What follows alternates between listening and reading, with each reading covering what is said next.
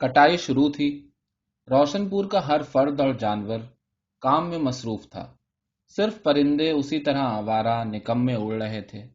کڑکتی دھوپ اور لو کی وجہ سے کسانوں کے جسم سیاہ ہو گئے تھے اور عورتوں کی مٹکیوں میں گھی ختم ہو چلا تھا کہ ہر کٹائی کرنے والے کو پاؤ سیر مکھن روٹی پر لگانے کو چاہیے تھا۔ چوپایوں کی پسلیاں نکل آئی تھیں۔ عورتوں کے چہروں اور ہاتھوں پر خشکی کے سفید دھبے پڑ گئے تھے اور ان کے بال کھردرے ہو چکے تھے۔ بچوں کی ٹانگیں پتلی اور پیٹ بڑھ گئے تھے، اور یہ حالت ہر جاندار کی مشقت اور زندگی کی سختی کی وجہ سے ہو جاتی ہے۔ لیکن کسان اپنے گہرے شکن آلود چہروں اور دھنسی ہوئی آنکھوں اور گالوں کے باوجود 120 درجے کی گرمی میں کام کرتے ہوئے خوش تھے، کیونکہ سامنے ان کی بھاری پکی ہوئی فصل کھڑی تھی۔ وہ درانتیاں چلاتے ہوئے، ادھر ادھر کی باتیں کرتے ہوئے، مذاق میں گالیاں دیتے ہوئے سنہری میٹھی گندم کاٹ کاٹ کر ڈھیر کرتے جاتے تھے۔ کٹائی کے تیسرے دن زیادہ تر کھیت صاف کیے جا چکے تھے اور جگہ جگہ کاٹی ہوئی فصل کے انبار لگے تھے۔ گاؤں کا ہر بشر کام کرنے کو کھیتوں میں نکل آیا تھا۔ عورتوں کے رنگ برنگ کپڑوں اور مردوں کے کالے جسموں کا سیلاب ہر طرف پھیلا ہوا تھا، اور ایک اندرونی مسرت کا دھارا تھا جو کسانوں کی آنکھوں اور ہاتھوں سے پھوٹا پڑتا تھا کہ یہ ان پڑھ لوگ قہقہا لگا کر ہنسنا نہیں جانتے۔ ان کی خوشی حرکت اور عمل سے واضح ہوتی ہے۔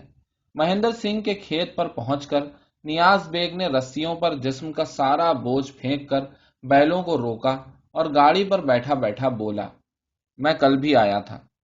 مہندر سنگھ کھیت میں سے اٹھ کر آیا اور گاڑی کی ہتھی پر کوہنی رکھ کر کھڑا ہو گیا۔ واہے گرو چودھری، کیا بات ہے؟ اللہ کرم کرے، تمہاری آنکھ کیوں سرخ ہو رہی ہے؟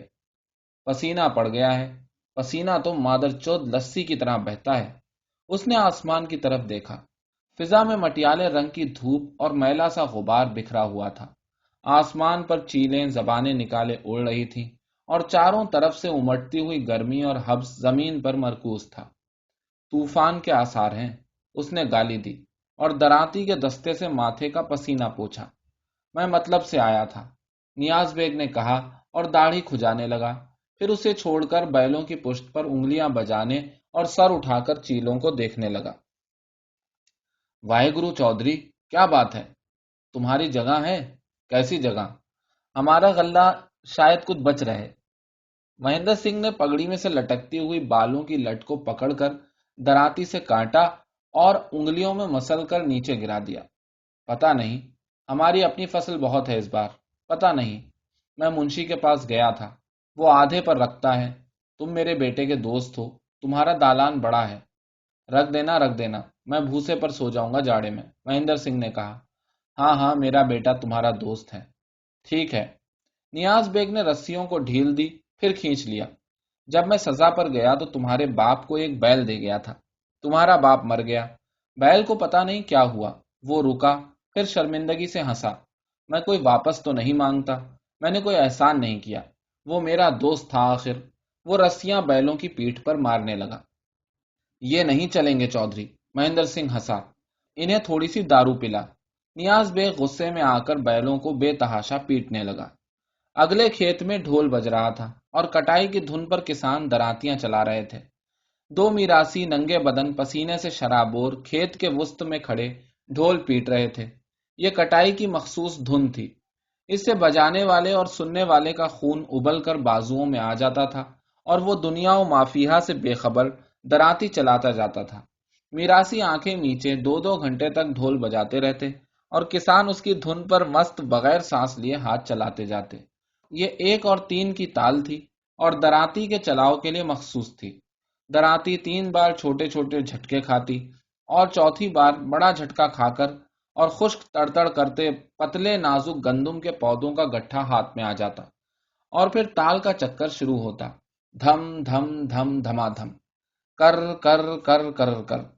کساؤں پاؤں پر بیٹھے بیٹھے چلتے جاتے اور چھوٹے چھوٹے گٹھے چھوڑتے جاتے۔ پسینہ ان کے ماتھے سے، گردن سے، بغلوں سے ٹپکتا اور زمین میں جذب ہو جاتا۔ بھوکی اور کمزور زمین پسینے سے سیراب ہوتی اور فصل ان کے حوالے کر دیتی۔ 6 ماہ پہلے یہی زمین سیاہ، طاقتور اور گیلی تھی، اور ننھے ننھے سبز پودوں کو مضبوطی سے جکڑے ہوئے تھی۔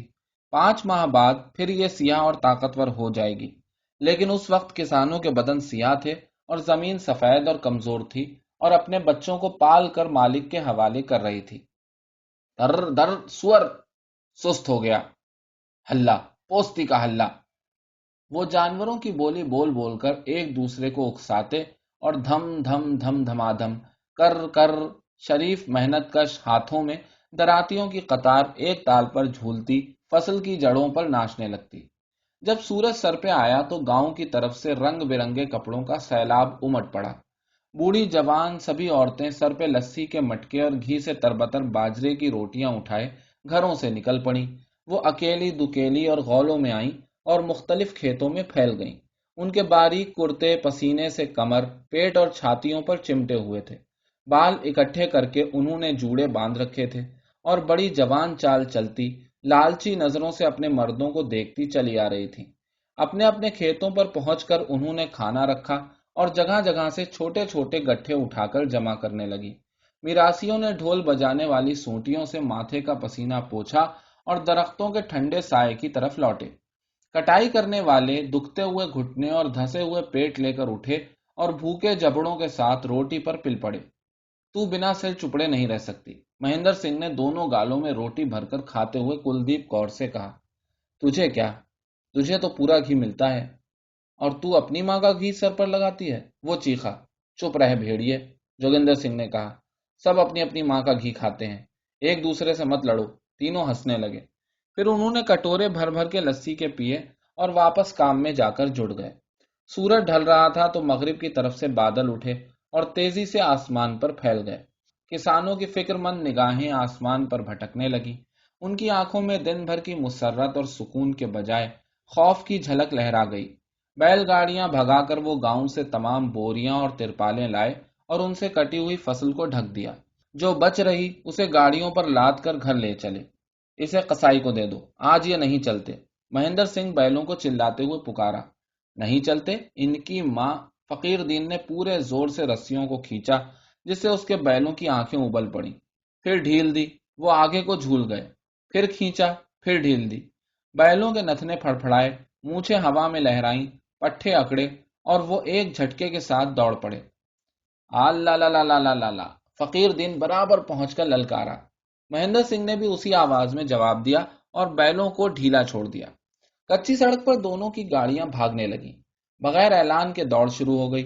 دیہاتوں میں ایسے مقابلے روز مرہ کی بات تھی اور ان میں بہت کم باقاعدہ اعلان جنگ کی ضرورت سمجھی جاتی تھی۔ اب دونوں طرف سے لا لا لا کی مخصوص رٹ اٹھ رہی تھی۔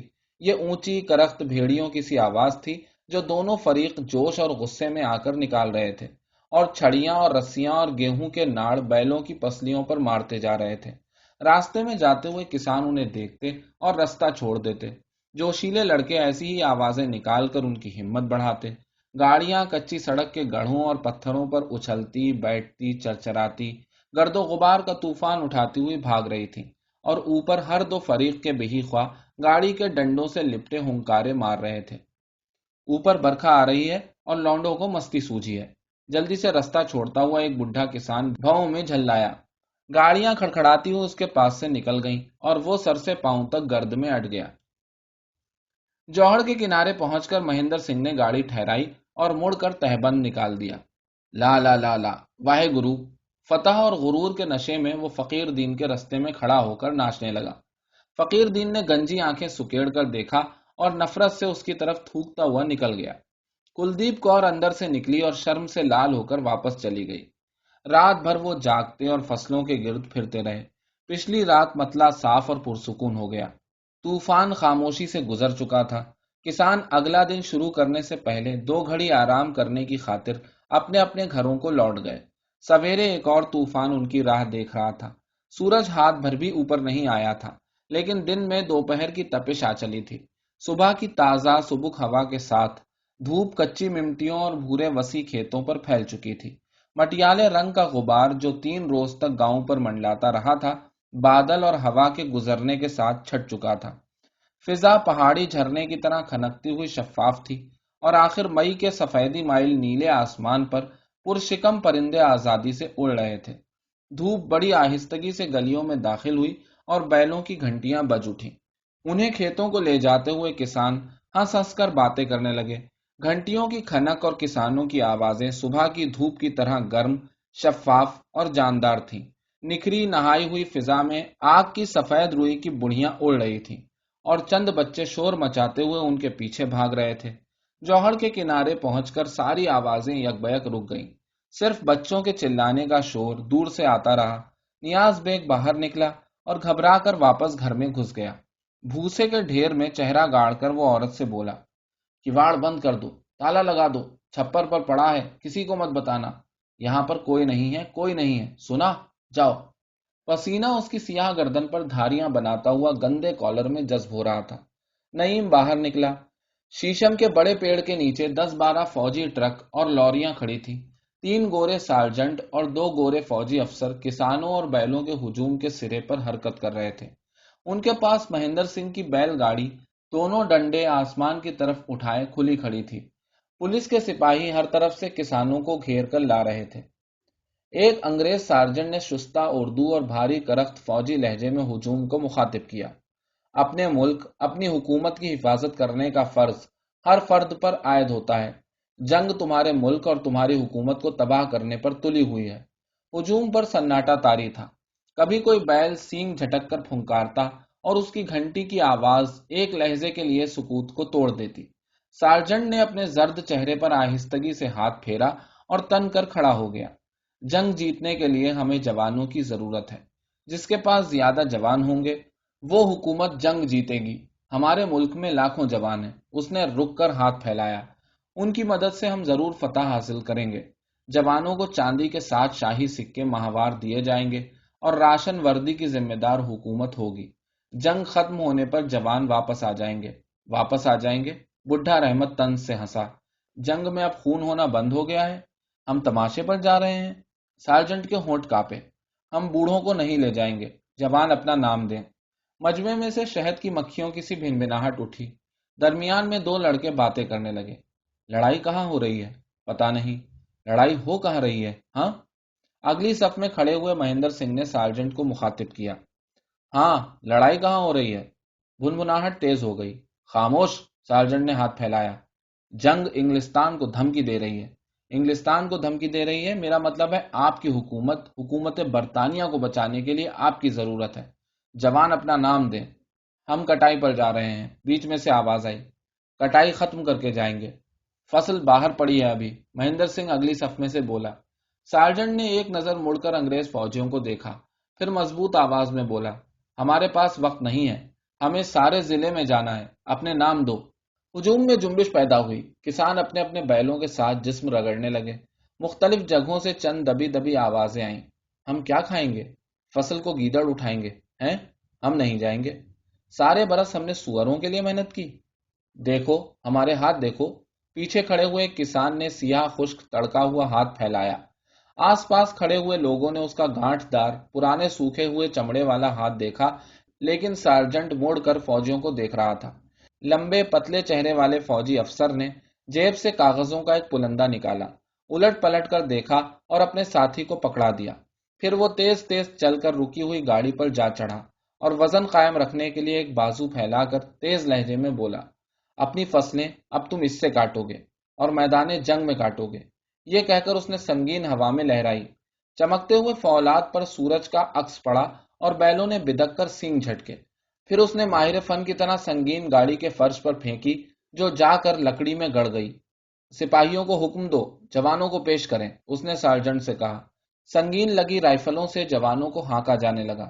بعض کسانوں کو پسلیوں میں رائفلوں کے دستے اور سنگینے چبھو چبھو کر بیلوں سے علیحدہ کیا گیا، لیکن وہ بچوں کی طرح ان کی گردنوں اور سینگوں سے لپٹے ہوئے دبی دبی زبان میں گالیاں دیتے رہے۔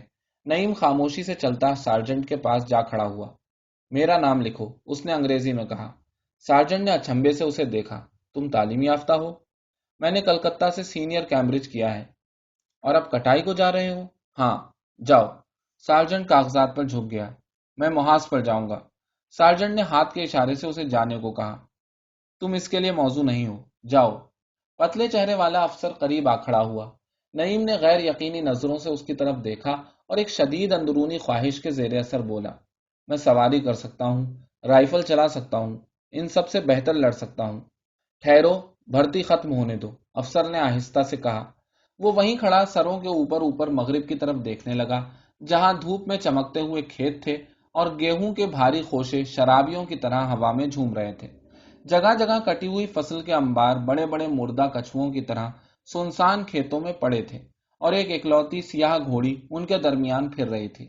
آسمان پر چیلیں زبانیں نکالے چیخ رہی تھی، اور دوپہر کی گرم ہوا کھیتوں میں، کھلیانوں میں، فصلوں میں اور کسانوں کے پسینے کی منتظر خشک مٹیالی زمینوں میں سرسرا رہی تھی۔ نعیم کا اپنا کھیت اس کی پشت پر تھا۔ وہ اسے دیکھنے کے لیے مڑا، پھر رک گیا اور سوئی سوئی نظروں سے اچھلتے کودتے ہوئے، دھکم پیل کرتے اور گالیاں دیتے پسینے اور گرد میں اٹے ہوئے ہجوم کو دیکھنے لگا۔ 2 گھنٹے کی مسلسل کوشش کے بعد صرف 2 نوعمر لڑکے جن کے ماں باپ مر چکے تھے بھرتی کیے جا سکے۔ پتلے چہرے والا فوجی افسر جو نمایاں طور پر غصے میں تھا نعیم کی طرف مڑا۔ ہمیں تعلیم یافتہ لوگوں کی نہیں، کسانوں کی ضرورت ہے۔ بہتر ہے تم یہیں ٹھہرو یا محکمہ تعلیم میں نوکری کر لو۔ میں کسی محکمے میں نوکری نہیں کرنا چاہتا، میں کسان ہوں، نعیم نے کہا۔ افسر نے اکتا کر اسے سارجنٹ کے حوالے کیا اور پرے چلا گیا۔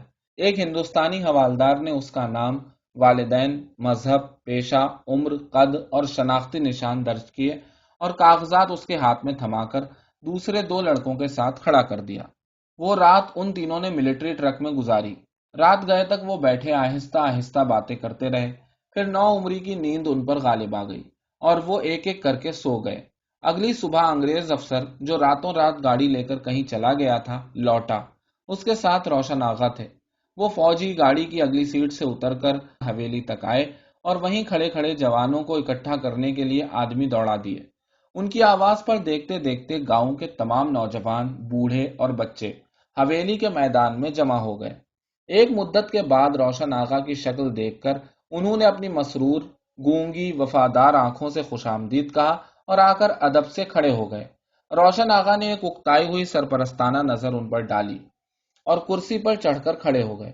پھر ایک مختصر سی تقریر کے دوران انہوں نے ہندوستانی کسانوں کی بہادری، حکومت برطانیہ سے ان کی وفاداری اور جنگ کی ہولناکیوں وغیرہ کا ذکر کیا۔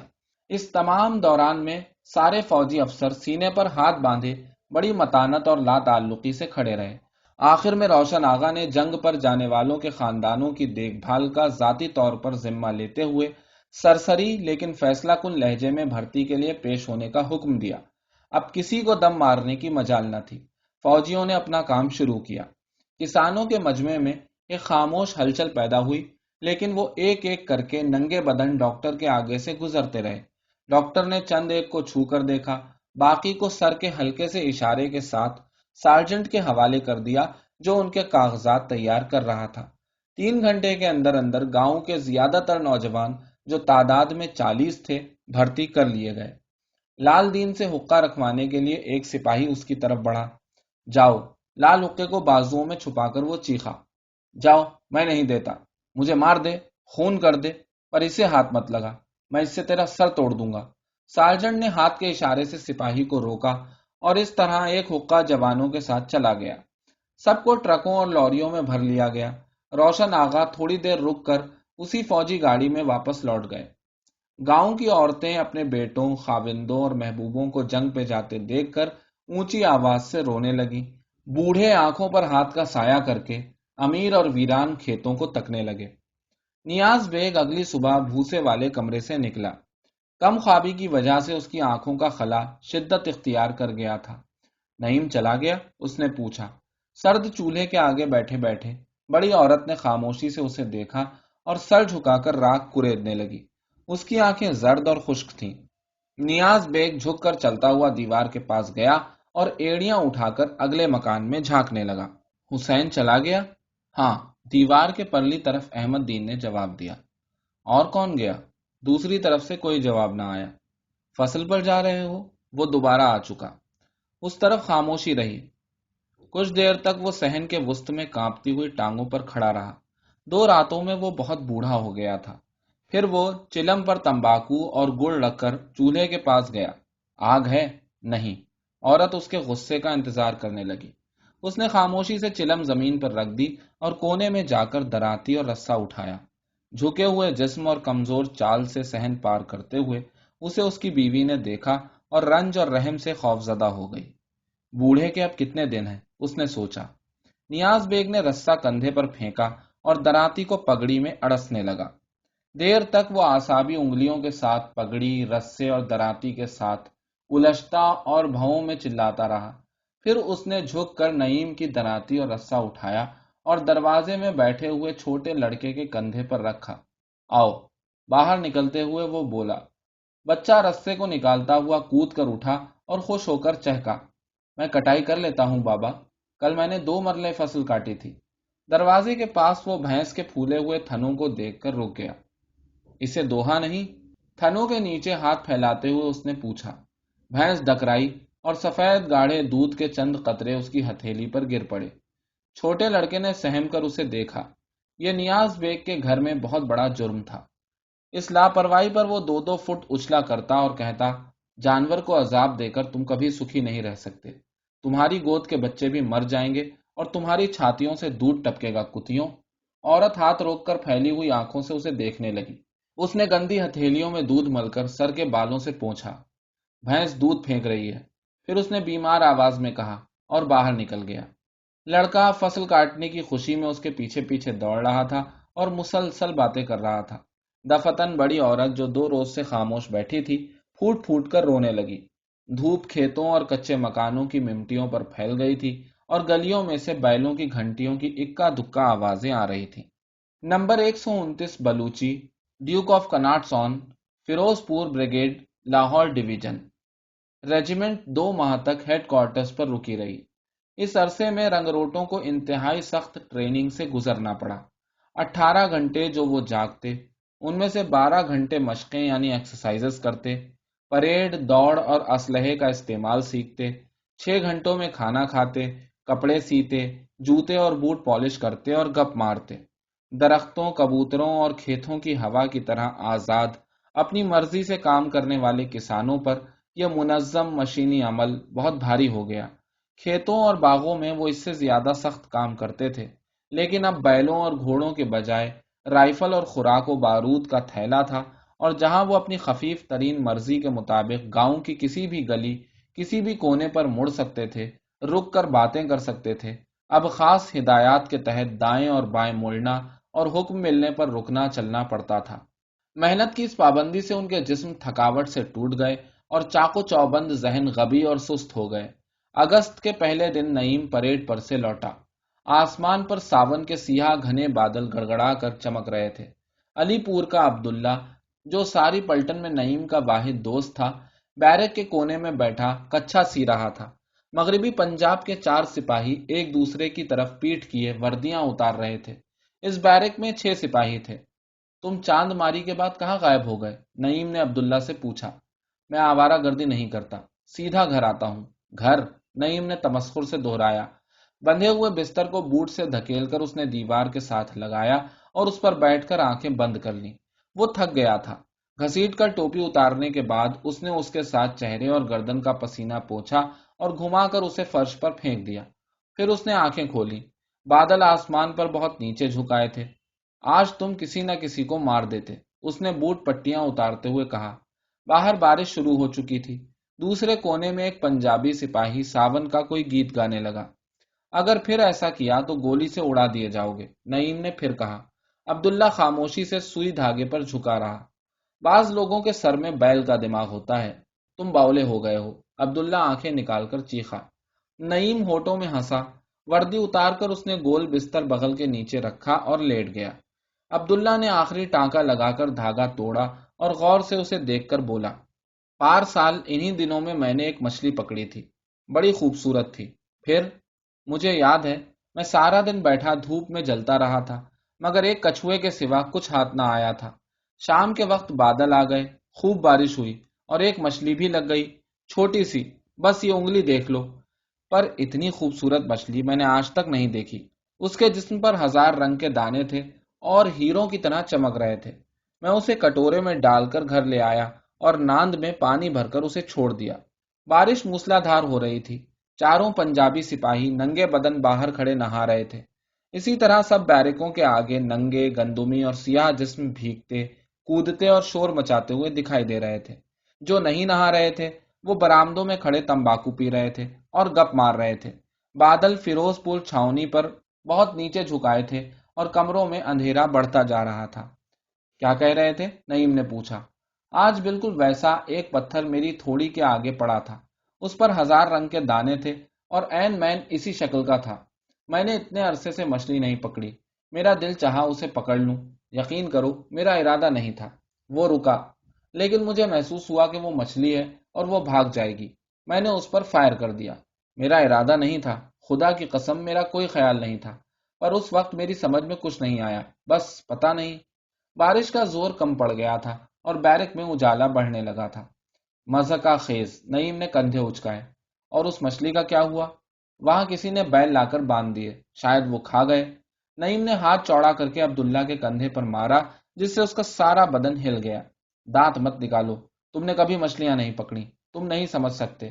بعض لوگوں میں بیل کا دل بھی ہوتا ہے۔ اس نے ٹرنک کھول کر پالش کا سامان نکالا اور بوٹ چمکانے لگا۔ برآمدے کے باہر مہ تھم چکا تھا، لیکن سپاہی ابھی تک ننگے بدن دوڑتے ہوئے خوش فعلیوں میں مصروف تھے۔ ان کے جسم محنت کی وجہ سے ہلکے پڑ گئے تھے اور رگیں ابھر آئی تھیں۔ نعیم آہستہ آہستہ ایک دھن جو اس نے روشن محل میں سنی تھی گنگنانے لگا۔ لیکن ایک بات میں تمہیں بتاؤں، عبداللہ ہاتھ روک کر بولا، بیلوں کا دل بالکل آدمیوں کی طرح ہوتا ہے۔ کیسے؟ وہ سب کچھ سنتے ہیں اور سمجھتے ہیں، روتے بھی ہیں۔ نعیم گنگناتا ہوا ہنسا۔ تم یقین نہیں کرتے؟ تم نے بیل کبھی دیکھے ہیں؟ میں تو بیلوں میں پیدا ہوا اور بیلوں میں پلا۔